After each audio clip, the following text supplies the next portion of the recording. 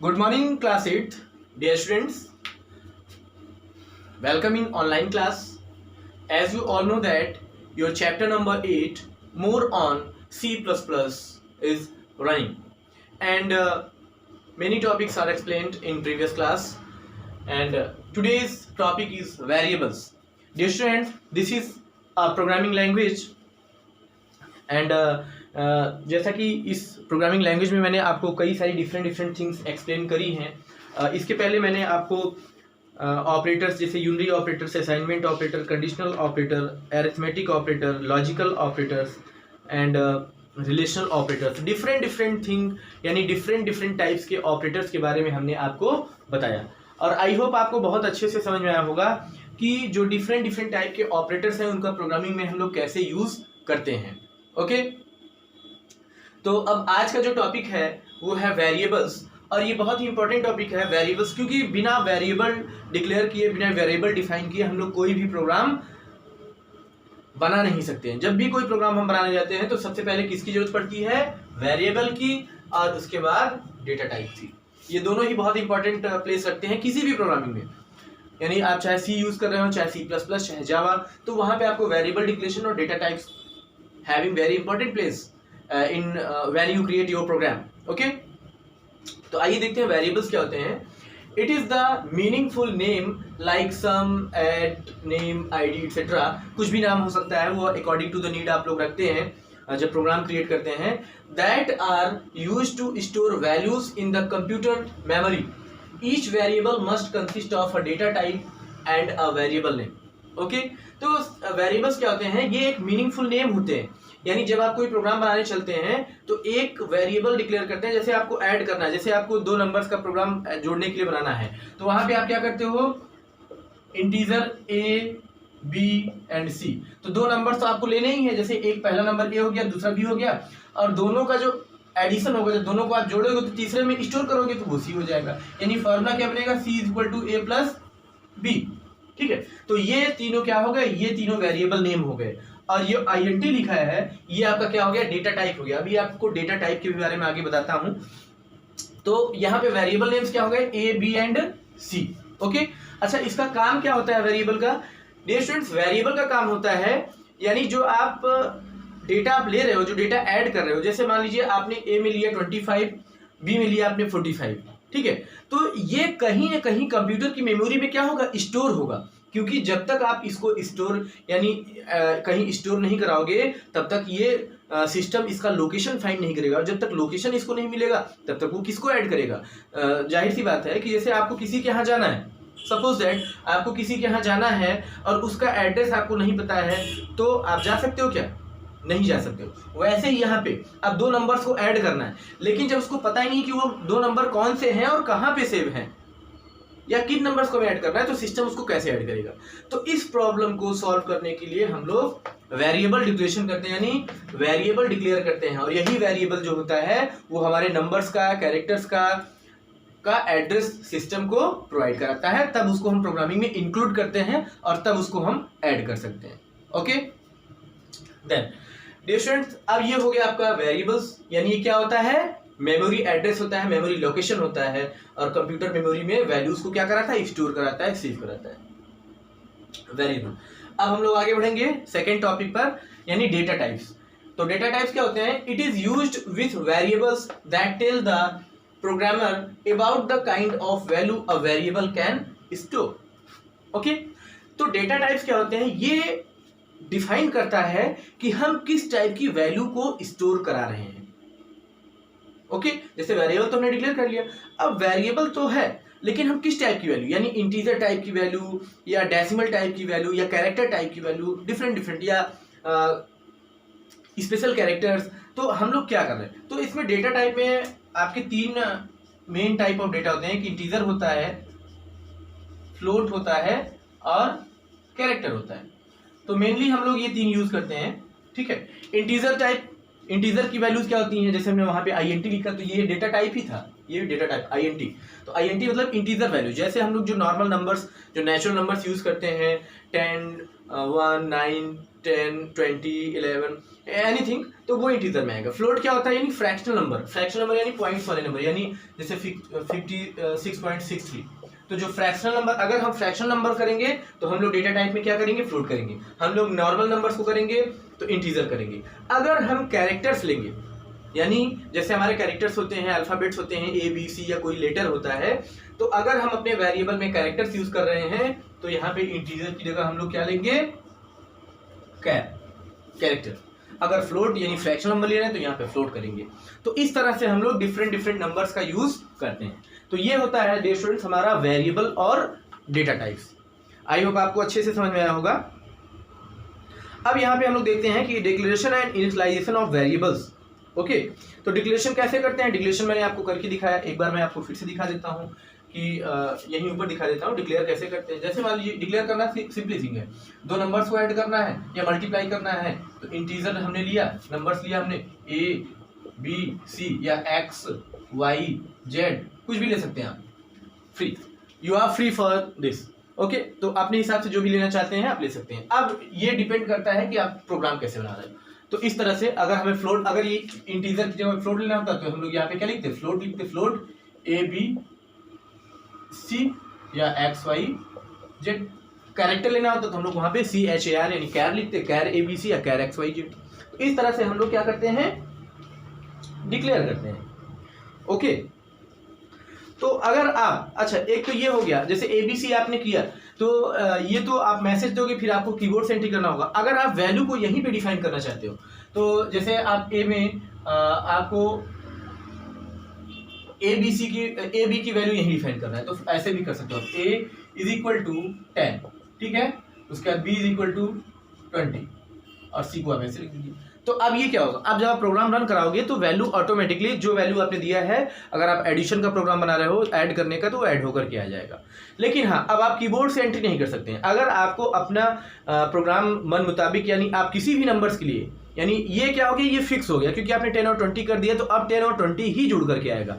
लेकिन आप चाहते हो कि आपका प्रोग्राम कोई भी नंबर जोड़ दे, तो फिर वहां पे जैसे इस तरह से आपको करना पड़ेगा, यानी वैल्यू डिफाइन नहीं करना होगा, सिंपली ABC हम देंगे, तब हम वहां पे मैसेज कराएंगे और तब आप प्रोग्राम में आप अपने अकॉर्डिंग टू द नीड आप वहां पे नंबर दे सकते हैं और उसको ऐड कर सकते हैं। ओके, तो डियर स्टूडेंट्स ये हुआ आपका। अब हम लोग, जैसा कि वेरिएबल और डेटा टाइप हम लोगों ने पढ़ लिया है और हम लोगों को समझ में भी आ गया है कि वेरिएबल्स क्या होते हैं और डेटा टाइप्स क्या होते हैं, डिक्लेरेशन भी हो गया है आपका। अब हम लोग आते हैं यहाँ पे मैसेज, क्योंकि जैसे आप मैसेज देना होता है तो मैसेज के लिए कौन कौन सा फंक्शन हम लोग यूज करते हैं, ठीक है। तो मैसेज के लिए फंक्शंस हम लोग कैसे यूज करेंगे, आइए देखते हैं।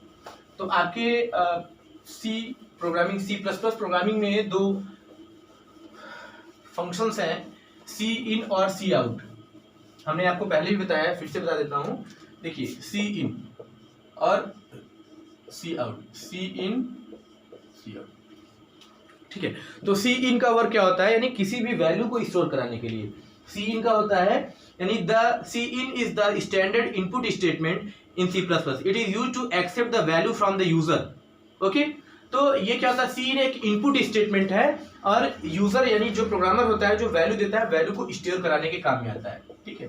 Cout क्या होता है, ये आउटपुट स्टेटमेंट है, यानी जब भी आप कोई मैसेज प्रिंट कराएंगे, आउटपुट देना होगा, तो उसके लिए ये क्या होता है आपका, ये आपका है इनपुट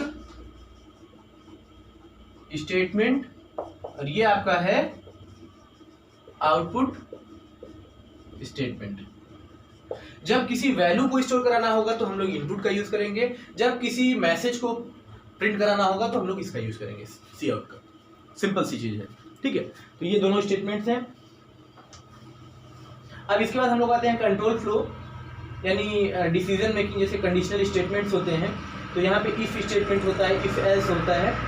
तो कंट्रोल फ्लो में यानी आपका जो कंट्रोल है, कंट्रोल मीन्स कर्सर होता है, तो कंट्रोल फ्लो यानी जब भी आप कोई प्रोग्राम बनाएंगे तो कंट्रोल फ्लो वर्क करता है। तो इसमें कई सारे आपके कंडीशनल स्टेटमेंट्स आते हैं और उन कंडीशनल स्टेटमेंट्स को हम लोग कैसे यूज करते हैं ये आगे देखते हैं हम लोग। देखिए प्रोग्रामिंग में जो कंडीशनल स्टेटमेंट है या कंट्रोल फ्लो है बहुत ही इंपॉर्टेंट होता है, क्योंकि जब भी आप कोई प्रोग्राम बनाते हैं, अगर आप सिंपल प्रोग्राम्स को आप छोड़ देंगे, सिंपल प्रोग्राम्स को छोड़ देते हैं तो कंडीशन बेस्ड प्रोग्रामिंग की जरूरत बहुत पड़ती है हम लोगों को। तो कंडीशन बेस्ड प्रोग्रामिंग में आपका देखिए कितने स्टेटमेंट होते हैं। आपका एक इफ स्टेटमेंट होता है, ठीक है, दूसरा आपका होता है इफ देन एल्स स्टेटमेंट होता है, ठीक है, if statement, if then else statement, और इसके बाद आपका होता है नेस्टेड इफ होता है,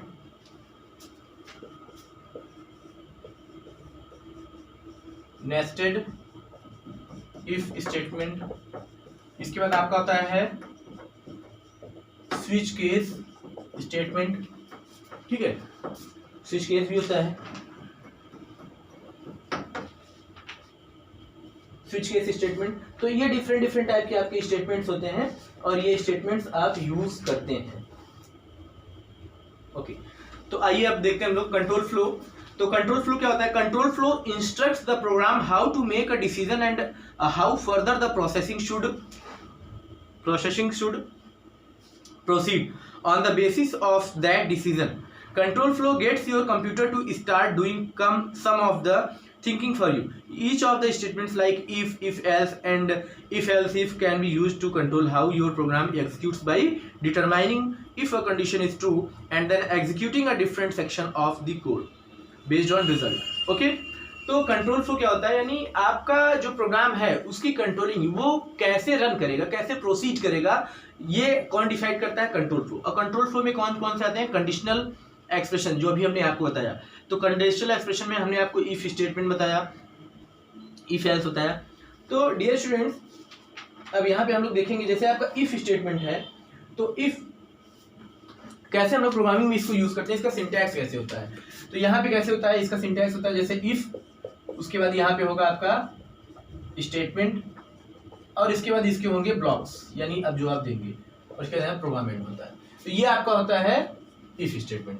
तो इफ में यहाँ पे क्या देते हैं हम लोग? कंडीशन देते हैं। जैसे हमने स्टेटमेंट यहाँ पे कंडीशन में दे दिया इफ क्या a is greater then 2, suppose that, ये हमने दिया। अब उसके बाद यहाँ पे एक्सप्रेशन में मान लीजिए हमने प्रोग्राम में दे दिया if a is greater then 2, तो क्या प्रिंट हो क्या है? यानी सी आउट लगाएंगे, क्योंकि प्रिंट के लिए बताया हमने। तो see out a is natural number, ठीक है, हो गया। तो ये इफ आपका वर्क कर गया। तो इफ हमने इफ कंडीशन में दे दिया कि if a is greater then 2, then क्या प्रिंट होकर के आएगा? a is natural number. तो ये मैसेज होकर के आ जाएगी, छोटा सा प्रोग्राम बन गया। यही चीज अगर आपका यहां पे होता है इफ देन एल्स में, तो इफ देन एल्स में आप क्या करते? इफ देन एल्स में आपका करना पड़ता, जैसे इफ आपने किया, ठीक है, ये किया, यहीं पे एक हम और जोड़ देते एल्स। अगर ऐसा नहीं होता है तो क्या सी आउट होकर क्या है कि A is not a natural number. तो ये आपका दूसरा वाला इफ देन एल्स स्टेटमेंट हो जाता। तो ये सिर्फ इफ का हुआ, और अगर आप इफ देन एल्स करते हैं तो इफ देन एल्स का स्टेटमेंट हो गया। ओके, तो ये दोनों प्रोग्राम में पॉसिबल है। तो हमने आपको इफ भी बता दिया, इफ देन एल्स बता दिया। अब आपका बचा नेस्टेड इफ और स्विच केस। तो डियर स्टूडेंट्स, आज की क्लास हम लोग यहाँ पे ब्रेक करते हैं, और इसके बाद नेक्स्ट क्लास में आपको हम कई सारे एग्जांपल्स भी, प्रोग्रामिंग के एग्जांपल्स भी बताएंगे, और इसको हम लोग कैसे प्रोग्राम इसमें बनाते हैं, और नेस्टेड इफ और स्विच केस आपको बताएंगे। नेस्टेड इफ और स्विच केस आपका लास्ट टॉपिक होगा। उसके बाद आपके प्रोग्रामिंग एग्जांपल्स हैं, और उसको एग्जांपल्स हम करके दिखाएंगे कि कैसे प्रोग्राम हम लोग C++ में बनाते हैं। ओके देन डियर स्टूडेंट्स, चलिए आज की क्लास हम लोग यहाँ से एंड करते हैं, और आज का होमवर्क हम लोग देख लेते हैं। होमवर्क में आपके को सॉल्व करना है, और सॉल्व करके आपको सेंड करना है। तो आज का होमवर्क, पहला जो क्वेश्चन है आपका, what are variables in C++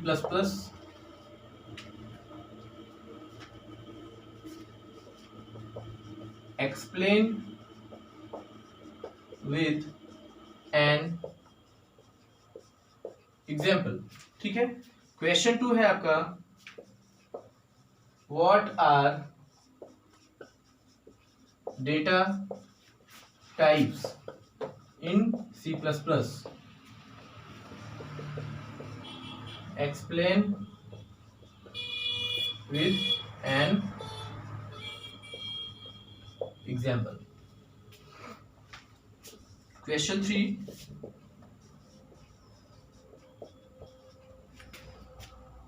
what is the use of if then else statement? Explain with an example। ये 3 क्वेश्चन करने हैं आपको। What are the variables in C++? Explain with an example. What are data types in the C++? Explain with an example. And what is the use of if then else statement? Explain with an example। तो dear students, आज की class हम लोग यहाँ से and करते हैं। Then इसी के साथ stay home, stay safe. Thank you class.